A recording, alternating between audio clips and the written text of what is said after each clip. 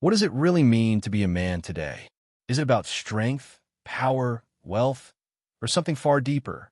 Scott Galloway's notes on being a man explores this question with brutal honesty, personal reflection, and data-driven insight. Through raw stories from his own life, ranging from broken families to building billion-dollar companies, Galloway redefines masculinity for the modern world. This isn't a manual on manhood. It's a call to action, to protect, provide, and nurture, not through dominance, but through purpose. The crisis of modern manhood. Scott opens with a sobering reality. Young men today are struggling more than any generation before them. They're falling behind in education, withdrawing from the workforce, and drowning in loneliness. Many live at home, disconnected from ambition and community, trapped in the dopamine loops of social media and gaming. He traces these issues to a breakdown in the social contract.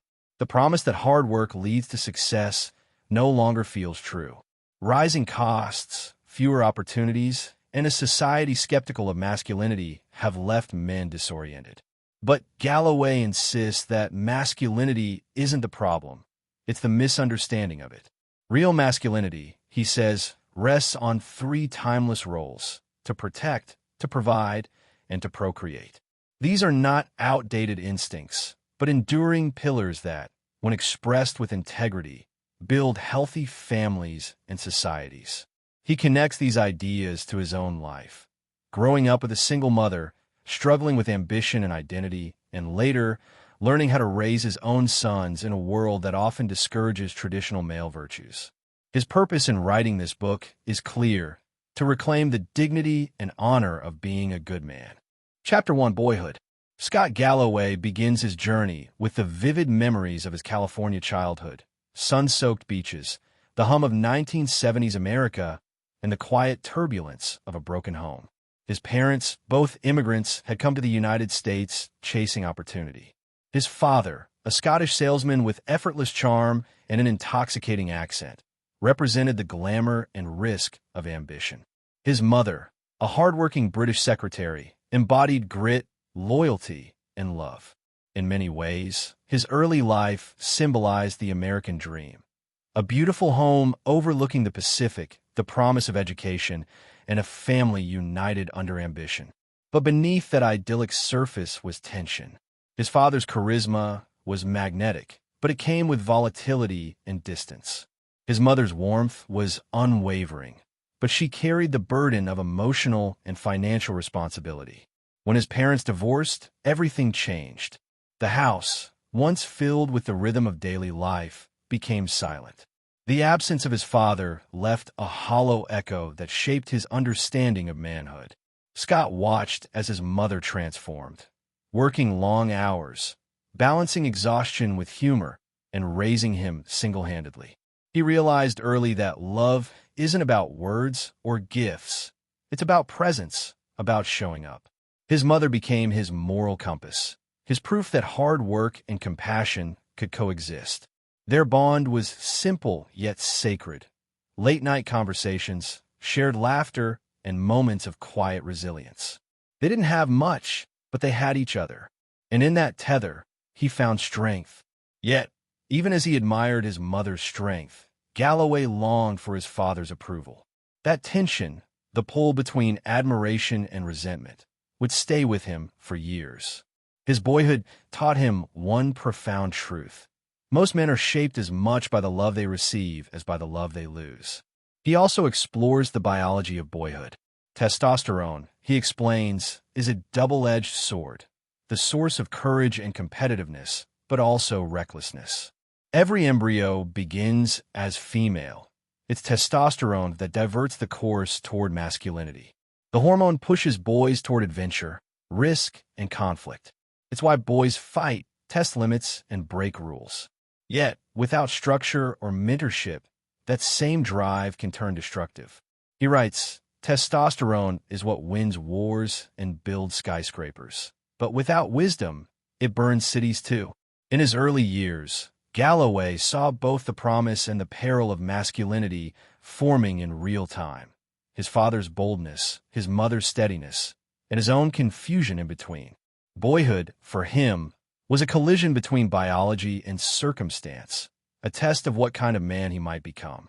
Chapter 2. Things Get Hairy, Adolescence. Adolescence was chaos. It was energy without direction, emotion without control. Galloway describes it as the era where testosterone roared louder than reason, and the body became a battlefield between impulse and identity. He recalls his teenage years as a series of reckless adventures, jumping off rooftops, skating down busy boulevards, and chasing thrills just to feel something. The mix of freedom, confusion, and loneliness made every mistake feel monumental. Behind the bravado, he was searching for validation, for belonging, for some sense of control. He weaves in neuroscience to explain what was happening beneath the surface. The prefrontal cortex, the part of the brain that governs judgment, planning, and restraint, doesn't fully mature until around age 25. For boys, that gap is even wider. The problem with being a teenage boy, he writes, is that you have the body of a man and the judgment of a child. This biological lag explains why young men take reckless risks and make impulsive choices. Testosterone amplifies ambition and desire, but lowers fear. Without guidance, that combination can destroy potential before it's realized. Galloway then draws a sharp contrast between his generation and today's boys. In the 1970s, boys learned through danger, climbing trees, playing rough, getting hurt. Now, boys live online. Their risks are digital, their courage virtual. The rise of social media and gaming has replaced physical exploration with algorithmic stimulation. He calls this the dopamine economy, a system engineered to keep boys addicted to short-term pleasure. Instead of building, they scroll. Instead of failing and learning, they retreat. He proposes a remedy he calls SLOPA, slow dopamine. It's the discipline of seeking fulfillment through patience and creation, building something, exercising, cooking, learning, or spending time outdoors. These slow, steady rewards develop character. They build resilience, and they offer young men what the digital world cannot, meaning. Galloway closes the chapter by warning parents. Children today are overprotected in the real world and underprotected online. Boys need struggle, mentorship, and purpose more than comfort. The challenge of adolescence isn't just surviving hormones. It's learning how to direct their fire. Chapter 3. Higher Education. For Galloway, college was both a lifeline and a laboratory for self-discovery. He entered UCLA as an unremarkable student with average grades but immense curiosity. What changed his trajectory wasn't brilliance. It was exposure. College opened his world to people, ideas, and ambitions that redefined what success meant. He emphasizes how fortunate his generation was. In his time, California's public universities were affordable. A kid from a working-class background could access world-class education without lifelong debt. He calls it the greatest engine of social mobility in history. In contrast, he laments today's system, bloated with cost, exclusion, and inequality. Tuition has soared beyond reason. Male enrollment has dropped sharply, and universities have become less about opportunity and more about branding. We've turned education from an investment in society into a luxury good, he argues. But for Galloway, the deeper purpose of education isn't just economic, it's spiritual. College teaches structure, discipline, and humility. It forces young people to confront discomfort, failure, and complexity. It shapes not just minds, but identities. His years at UCLA and later Berkeley gave him more than credentials. They gave him confidence. He encourages young men to pursue learning relentlessly, whether through formal education or self-study. Read, he insists. Question. Listen to people smarter than you. And remember, the degree matters less than the discipline. For Galloway, higher education was where he began to evolve from a boy running on testosterone to a man guided by purpose. Chapter 4. Work. Work, Galloway writes, is the crucible where identity and masculinity forge themselves. A man's relationship with work reveals his values, resilience, and character. His own journey, from failed entrepreneur to professor and media figure, taught him that labor, not luck, defines worth.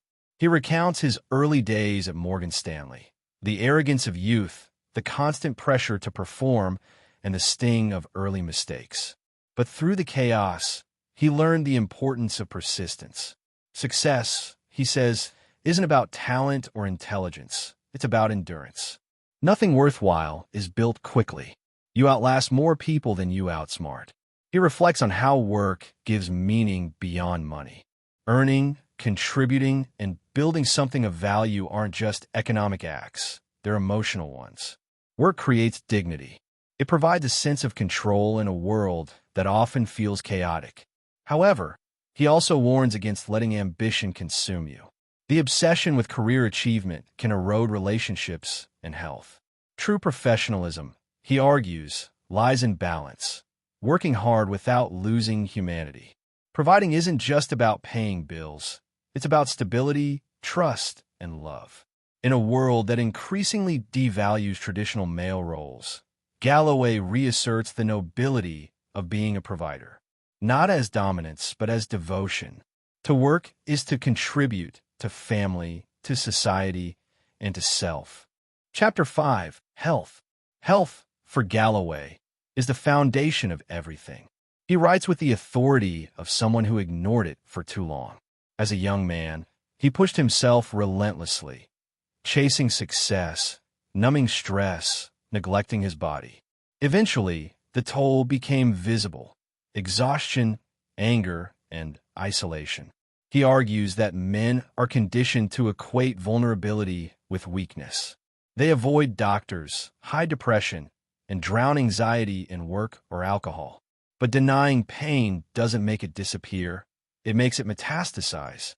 He calls this the silent epidemic of modern masculinity, men dying young not from violence, but from neglect.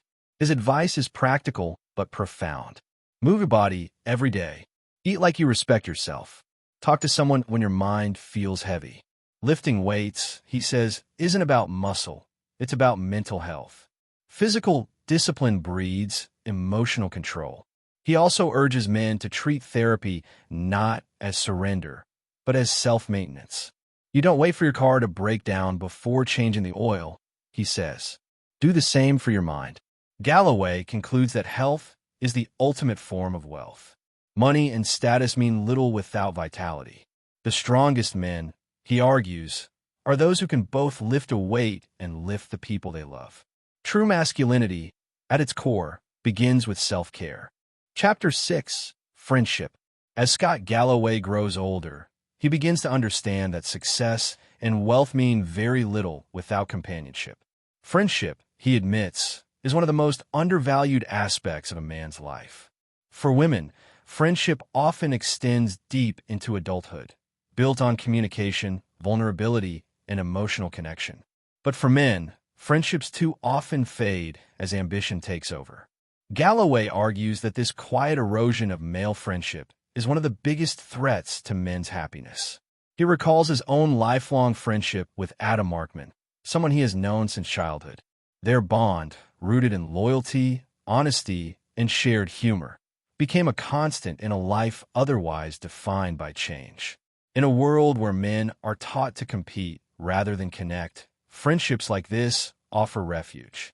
Adam was there when I was broke, divorced, and depressed, Galloway writes. He didn't need to fix me. He just showed up. He uses this chapter to make a larger point. Men often equate emotional independence with strength, when in reality, isolation is what weakens them. The decline of male friendship, he suggests, mirrors the decline of community.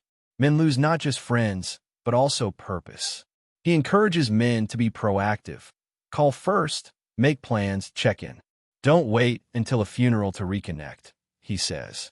True friendship requires investment, vulnerability, and forgiveness. These relationships, he argues, are not luxuries. They're emotional lifelines that sustain us when everything else falls apart. He ends with a simple truth. Wealth is best measured by the number of people who would pick up your call at 2 a.m. Chapter 7, Sex, Love, and Marriage. In this chapter, Galloway turns to one of the most complex areas of a man's life: love, intimacy, and partnership. He begins with a frank admission. He's failed more than once at marriage. But each failure, he insists, became a classroom for growth. He draws a sharp distinction between lust and love. Lust, he says, is nature's trick. It drives procreation, not connection. Love, on the other hand, is built on patience, trust, and shared struggle. In a culture that glorifies instant gratification, sustaining love requires effort and humility. He addresses the influence of technology on modern relationships. Dating apps, pornography, and social media have distorted expectations of intimacy. Pornography, he warns, trains young men to pursue control, not connection. Dating apps encourage endless choice, creating a marketplace of disposability rather than devotion. The result is that many men enter relationships emotionally underdeveloped, expecting perfection instead of partnership. Marriage, he writes, is the ultimate act of maturity. It requires compromise, empathy, and sacrifice. Galloway reflects on his own marriages, how ego, pride, and immaturity sabotage the first, and how accountability and vulnerability strengthen the second. Being a good husband, he says, isn't about grand gestures. It's about consistency, showing up every day when it's boring, hard, or inconvenient. He emphasizes that love isn't a feeling, it's a practice. It demands patience when anger feels easier, generosity when you feel wronged, and forgiveness when pride whispers otherwise. Finally, he reminds men that intimacy is not weakness. It's the highest form of strength. To love deeply, you must risk pain. Every man will either learn humility in love, he writes, or loneliness will teach it to him. Chapter 8, Fatherhood. Fatherhood, Galloway writes, is where a man's life comes full circle. It's both terrifying and redemptive, a mirror that forces men to confront their own fathers, their flaws, and their capacity for love. He became a father later in life, and the experience reshaped his understanding of purpose.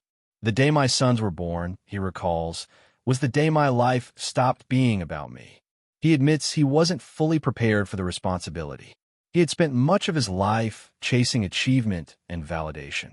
But raising children taught him patience, perspective, and unconditional love. Fatherhood, he says, is a lifelong exercise in humility. You realize how little control you have and how much your presence matters. Galloway introduces a concept he calls surplus value, a man's duty to give more love, wisdom, and stability than he received. This doesn't mean being perfect, it means being intentional. Your kids don't need a superhero, he writes. They need a dad who shows up. He also explores the emotional vulnerability that fatherhood demands. To love a child is to open yourself to fear, the fear of loss, failure, and inadequacy. But within that vulnerability lies strength. It humanizes men. It teaches them compassion. He argues that strong fathers raise strong daughters as well as sons. Boys learn discipline, girls learn self-worth, and families learn safety through the steady presence of a committed father. The best thing a man can do for his children, he says, is love their mother.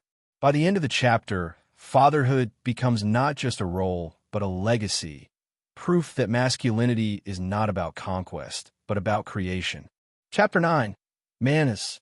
In one of the book's lighter but deeply meaningful chapters, Galloway reflects on the art of manners, the quiet codes of respect that form the backbone of civility. He insists that manners are not about outdated etiquette or social class. They are about character. Good manners, he says, are a man's way of signaling to others that they matter. He laments how modern culture has mistaken rudeness for authenticity. The rise of online outrage and social cynicism, he argues, has eroded empathy. Being decent, kind, or polite is often mocked as weakness. But Galloway sees it differently. In a cynical age, courtesy is rebellion. He lists small gestures that define a man's integrity, saying thank you, listening before responding, holding the door, showing up on time, tipping generously, apologizing when wrong. These habits, though simple, signal respect for others and for oneself. He encourages men to rediscover chivalry, not as patriarchy, but as dignity. True manners are rooted in strength, not subservience. They create harmony, not hierarchy. Manners, he concludes, are the oil that keeps society from grinding to a halt. They cost nothing, but their absence costs everything. Chapter 10. Life is so rich. As Galloway nears the end of his reflection, he turns inward to examine what truly makes life meaningful. Despite his wealth, fame, and success, he admits that none of it compares to the richness of connection. Life is so rich, he writes, when you stop counting what you've earned and start noticing what you've been given. He recalls moments that define real abundance: coaching his son's soccer games, laughing with friends, visiting his mother before she passed, watching the sunrise after sleepless nights. Each small moment, he says, holds a kind of sacredness that money can't buy. He warns men against chasing endless validation. The next promotion, the next zero in the bank account, the next achievement. Ambition without gratitude, he argues, is a treadmill that never stops. The richest men are not those who have the most, but those who need the least. He urges men to practice gratitude daily, to slow down, to savor the present. Success is renting happiness, he says. Meaning is owning it. Galloway closes the chapter with one of his most profound reflections. The ultimate privilege of being alive is to give to your work, your friends, your family, and your community. That's how you become wealthy in the truest sense. In these final meditations, Galloway captures the soul of his philosophy. Life's richness doesn't come from having more, but from giving more, loving more, and living more consciously. A letter to my sons. In the book's closing chapter, Galloway writes directly to his two sons. It's heartfelt, honest, and deeply human. He tells them that being a man isn't about perfection, but about progress. To protect others, provide more than they take, and love without fear. He admits his own flaws and failures, but reminds them that masculinity at its best is an act of service to family, community, and self. His final line resonates. The ultimate goal for any man is to give more than he takes, to provide more love than he was given.